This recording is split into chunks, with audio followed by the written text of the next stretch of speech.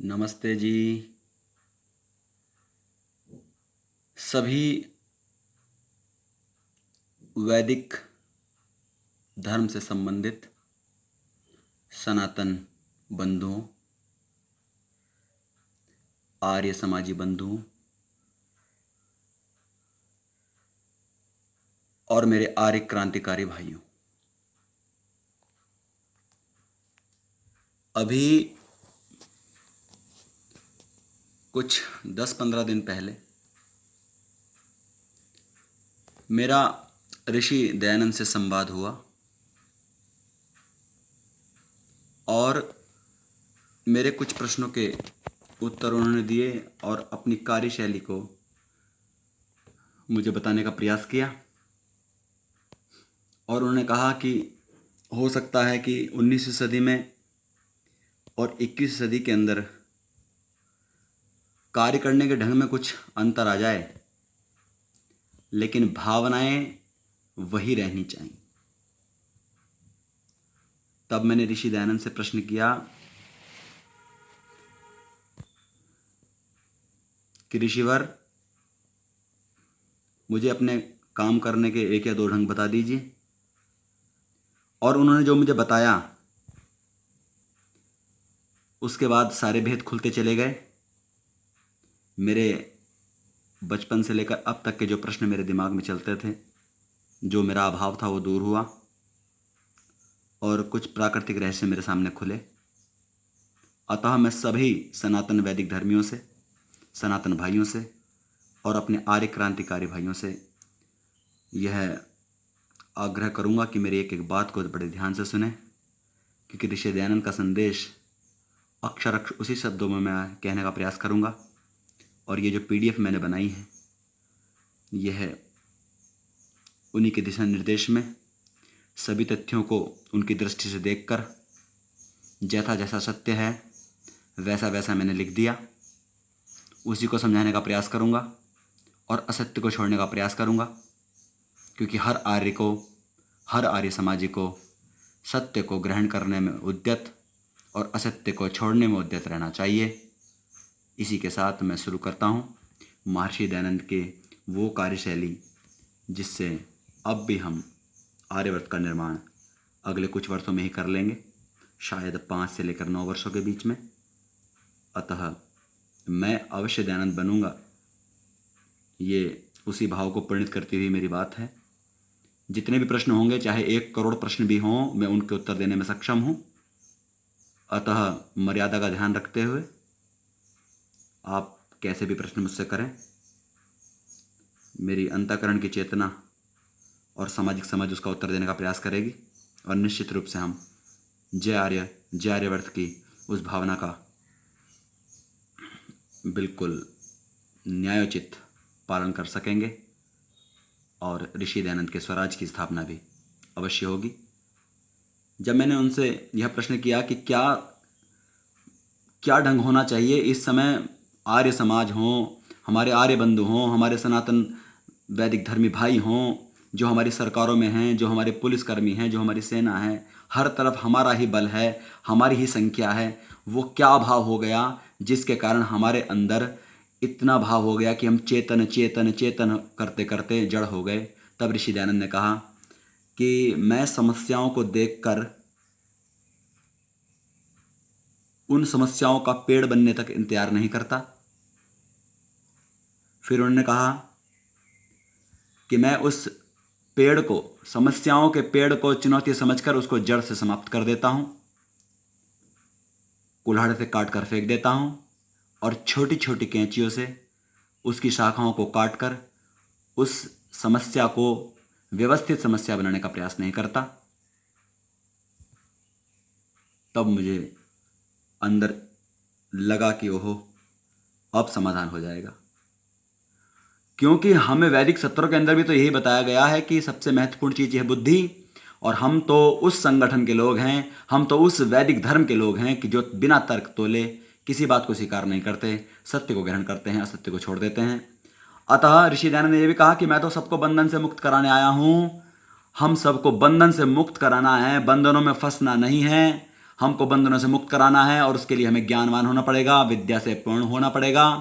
अगर हमें लगता है कि हम किसी आर्य नाम के संबोधन से बंध गए हैं, कि अपने नाम के आगे हम आर्य लगाने लगे और ये लगने लगा कि अब तो आर्य बन गए हैं, अब तो आर्यवर्त का निर्माण हो ही गया है, क्योंकि एक भावना हो जाती है कि अब तो हो ही गया, अब मुझे करने की क्या आवश्यकता है, तो मैं निश्चित रूप से बता दूं कि कार्य श्रेष्ठ करने होंगे। हम आर्य कार्यों से जाने जाएं, नाम में आर्य से ना जाने जाएं। महर्षि दयानंद सरस्वती में कहीं आर्य नाम दिखता है आपको, लेकिन उनके कार्य सारा संसार नतमस्तक हो गया। स्वामी श्रद्धानंद गुरुकुल कांगड़ी का निर्माण किया और शुद्धि आंदोलन को चलाया। स्वामी श्रद्धानंद नाम था उनका। आर्य कार्य को बनाया और आर्य के रूप में प्रसिद्ध हो गए। पंडित गुरुदत्त विद्यार्थी डीएवी की स्थापना की, छोटी सी आयु के अंदर शरीर का त्याग कर दिया और आर्य कार्य से अपने आप को समृद्ध किया। क्या अपने नाम में आर्य लगाने से ही वो आर्य बने? नहीं। पंडित लेखराम कार्य में आर्य थे, कैसा प्रचार प्रसार करते थे और कैसे उन्होंने आर्यों का निर्माण किया। पंडित राम प्रसाद बिस्मिल हिंदुस्तान रिपब्लिकन एसोसिएशन की स्थापना कर दी। आर्यों के कार्यों से जाने गए। इन सब में पंडित गुरुदत्त विद्यार्थी जो कि अल्पायु में चले गए, बाकी सबकी हत्या की गई, क्योंकि इनके कार्यों ने वो अग्नि जगाई समाज के अंदर, वो अग्नि जमाई कि समाज की जितनी भी सड़ांध थी, जितनी भी ये बुराइयां थी, उन समस्याओं को जड़ से उखाड़ने का जो प्रण उनके अंदर था, उसके कारण ही वो आर्य बने। और वे बुराई से संबंधित लोग जिनकी बड़ी बड़ी व्यवस्थाएं थी, वो उनको बर्दाश्त नहीं कर सके और अंत में उनको कभी जहर देकर, कभी चाकू से मारकर, कभी गोली मारकर उन सबको मार दिया गया और अंत में बिस्मिल जी को भी फांसी दी गई। कोई उनको बर्दाश्त नहीं कर सका। अरे हम लाखों की संख्या में हैं, क्या कोई हमें फांसी देगा? क्या कोई हमें चाकू मारेगा? क्या कोई जहर देगा? अरे क्या कार्य कर रहे हैं हम? आर्य आर्य लगाए घूम रहे हैं। क्या आर्य बन गए? नाम में आर्य लगाने से कुछ होगा क्या? जय आर्यवर्त की घोषणा पूरी हो जाएगी क्या? हम 5 हमारे 25 सन 2020 आ गया 2020। कैसी दिन के लिए जी रहे थे हम? बन गया आर्यवर्त, बन गया राम का सुशासन आ गया। महर्षि दयानंद ने कहा कि धर्मेंद्र, फरसा चलाने का समय है, कुल्हाड़े से समस्याओं को काटने का समय है, असत्य को त्यागने का समय है और सत्य को ग्रहण करने का समय है। आर्य समाज के जो नियम मैंने बताए थे, 10 नियम तो बाद में रह गए, शुरू में 28 नियम उपनियम बताए थे, उन नियमों का अक्षर पालन करने का समय आ गया है और परमात्मा न्यायकारी है। कर्म करो, फल अवश्य मिलेगा। अतः मैंने यह पीडीएफ बनाई, अतः मैं अवश्य दयानंद बनूंगा। मैं तो बनूंगा, मैं तो पथ पर चल ही पड़ा और मैं आग्रह करूंगा कि जितने मेरे भाई, चाहे वो 1875 से लेकर अब तक किसी भावना से संबंध हो, चाहे वो जब से श्री राम हो, जब से श्री कृष्ण हुए हों, जब से चंद्रगुप्त मौर्य हों, आचार्य चाणक्य हों, किसी को भी मानते हों, रविदास को मानते हों, संत रविदास जी को मानते हों, चाहे वो गुरु गोविंद सिंह को मानने वाले हों, चाहे वो महाराणा प्रताप को मानने वाले हों, चाहे वो क्रांतिकारी बलिदानी को मानने वाले हों, मैं सब आर्यों से, सब सनातन वैदिक धर्मियों से एक आग्रह करूंगा कि समस्याओं को जड़ से उखाड़ने का समय आ गया है। इस सड़ांध को उखाड़ने का समय आ गया है, क्योंकि निश्चित मानो हमें ज़्यादा समय नहीं मिलेगा और हम सब समाप्त कर दिए जाएंगे। अतः दयानंद बनना है और अगले 5 से 9 सालों के अंदर हमें उस वैदिक सनातन राष्ट्र का निर्माण कर देना है जो पूरी दुनिया की समस्याओं का समाधान है, भारत की समस्याओं का समाधान है और हर मनुष्य मात्र को सुख का कारण बनेगा। मेरा आपसे आग्रह है कि आप मेरी बात को अक्षरशः सुनेंगे। 20-20 मिनट के ये वीडियो बनेंगे, एक एक पिक्चर को मैं समझाने का प्रयास करूंगा, क्योंकि वो भावना जो दयानंद ने मुझे दी है, मैं भावनाओं को वहां तक पहुंचाने का प्रयास करूंगा, उस चेतना को छूने का प्रयास करूंगा जिस चेतना के कारण दयानंद, स्वामी श्रद्धानंद, पंडित गुरुदत्त विद्यार्थी, पंडित लेखराम और पंडित राम प्रसाद बिस्मिल वो काम कर गए जो हमें प्रेरणा दे रहे हैं, जो हमें वास्तव में प्रेरणा दे रहे हैं, जिसके कारण हमारे मुख्य आचार्य जी, अरे हमारे मुख्य आचार्य जी ने हमको अंधेरे से जगाकर यहां खड़ा कर दिया, हमें आर्य बना दिया और हमें बताया कि अंधेरा छोड़ दो, रोशनी में आओ, कर्म करो, आर्य बनो, आर्य बनो। लेकिन जब वो देखते हैं कि 2 लाख से संबंध, इतना बड़ा ये संगठन जब इस सोया हुआ पड़ा है, तो बार बार अपनी योजना को उन्हें बदलना पड़ता है, क्योंकि उसका फल हम लाने में सक्षम नहीं है। और बार बार हम अपने संगठन को दोष देते हैं, क्योंकि हम सब निकम्मे हैं, हम जड़ हो गए हैं। इस जड़ता से बाहर आना होगा, बाहर आना होगा। अतः ये जो चित्र है, यहां अपना चित्र भी लगा लेना।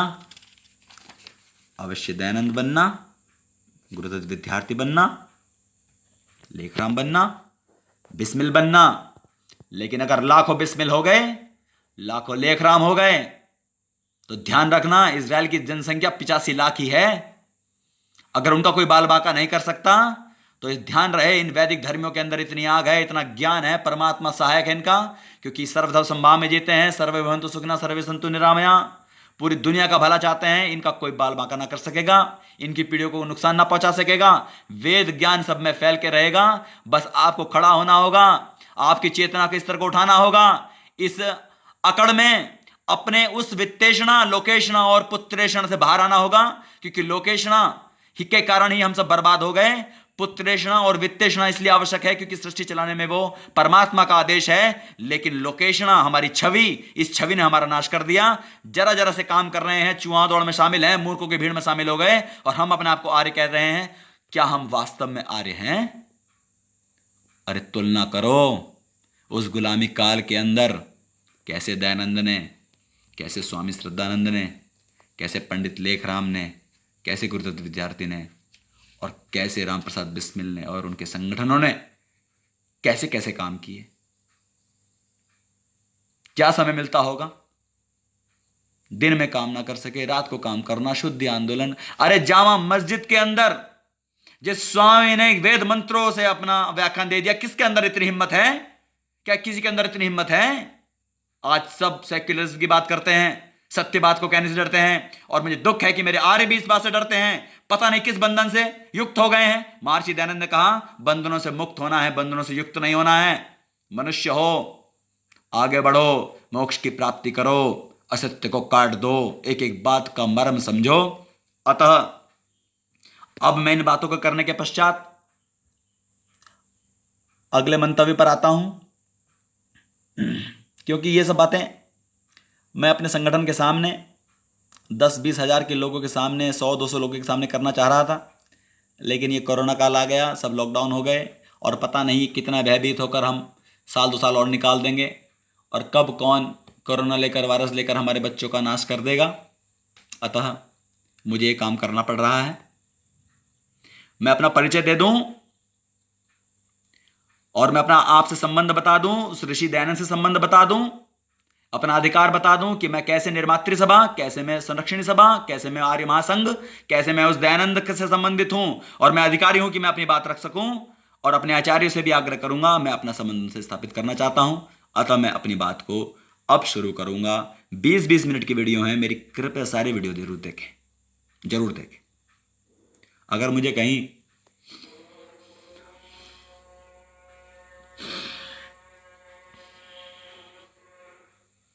ओम ओम ओम। महर्षि दयानंद का प्रिय मंत्र था, ओम विश्वानि देव सवितर दुरितानि परासुव यद भद्रम तन्न आसुव। पहला जो मंत्र मैंने पंक्ति लिखी हुई है, ये मेरी भूमिका के अंश है। हो सकता है इस भूमिका को पूरा करने में ही मुझको 2 वीडियो और बनाने पड़े, लेकिन सुनते रहना, कुछ ज्ञानवर्धन होगा, कुछ भावना जगेगी, और अगर कुछ कमी लगेगी तो मुझे बाद में बता देना। आपका ही भाई हूं, आपका ही पुत्र हूं, आपका ही मित्र हूं। ओम विश्वानि देव सवितर दुरितानि परासुव यद भद्रम तन्न आसुव। महर्षि दयानंद का स्पष्ट आदेश है।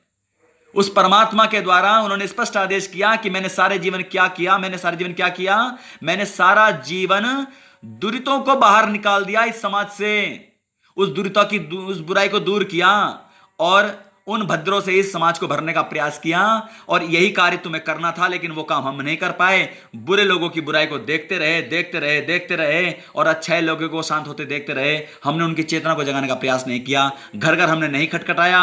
हमने महर्षि दयानंद के किसी भी कार्यशैली का, किसी भी जीवन शैली का इस्तेमाल नहीं किया और हम केवल नियमों में बंद कर रह गए। उनका मंत्र था विश्वानि देव सवितर दुरितानि परास्वा। वेद की स्पष्ट आज्ञा है कि समाज से बुराई को समाप्त करो, समाज से बुराई को समाप्त करो, बुरे विचारों को समाप्त करो, घर घर खटखटाओ, घर घर जगाओ। वे सब तुमसे उम्मीद लगाए बैठे हैं। तुम आज एक दो नहीं हो, ऋषि दयानंद अकेले थे, आज तुम लाखों हो, लेकिन हम लाखों भी उस एक व्यक्ति के 2% के बराबर भी काम पूरे भारत में नहीं कर पाए। कैसे पैदल चलता होगा ऋषि दयानंद 6 महीने?